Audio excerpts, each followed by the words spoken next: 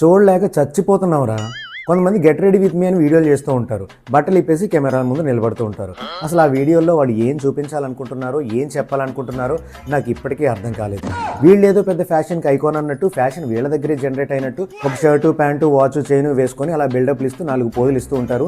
ఇదే కొత్త ఫ్యాషన్ అన్నట్టు ఆ వీడియోలో మనకు చూపిస్తూ ఉంటారు. ఫ్యాషన్కి ఐకాన్ సిటీస్గా ఉన్న ప్యారిస్ నుంచి, మిలాన్ నుంచి ఏదో కొత్త డ్రెస్సింగ్ స్టైల్స్ అన్ని తీసుకొచ్చి వీళ్ళు చూపిస్తారా అంటే అది లేదు. తీరా చూస్తే నువ్వు నేను డైలీ వేసుకునే డ్రెస్సింగ్ స్టైలే అది. అందులో వాళ్ళు ఏం కొత్తగా చూపిస్తున్నారో నాకు ఇప్పటికీ కూడా అర్థం కాలేదు.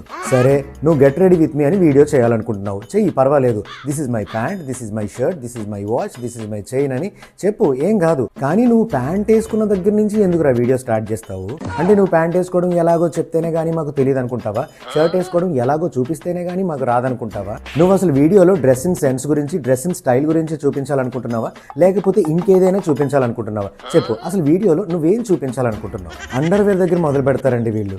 అండర్వేర్ దగ్గర మొదలెడతారు వీడియో. ఏ జన్మలో ఏ పాపం చేసుకున్నామో కానీ ఇలాంటి దారుణమైన దిక్కుమాలిన కళాఖండాలన్నీ చూడాల్సి వస్తుంది.